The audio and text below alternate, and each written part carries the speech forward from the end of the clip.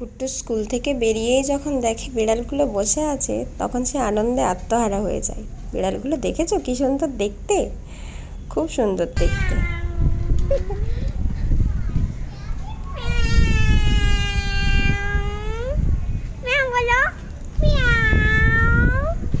ও এত খুশি হয়ে যায় সে বলে বোঝানো যাবে না।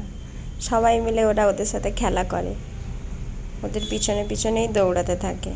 আজকে তো দেখলাম একটা বিড়াল আবার একটা জায়গায় ঘুমোচ্ছে।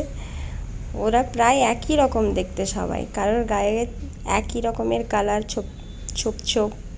এটা আবার দেখো গাড়ির তলায় বসেছিল, গাড়ির তলা থেকে বেরিয়ে এসেছে। আবার যদি স্কুটি থাকে স্কুটির ওপরে উঠে বসে থাকে। কুট্টু সে তো দুষ্টুমি সারাক্ষণ চলতে থাকে, আর এই দুষ্টুমিগুলো আমি খুব এনজয় করি, আমার তো খুব ভালো লাগে। তাই ভাবলাম তোমাদের সাথে শেয়ার করি।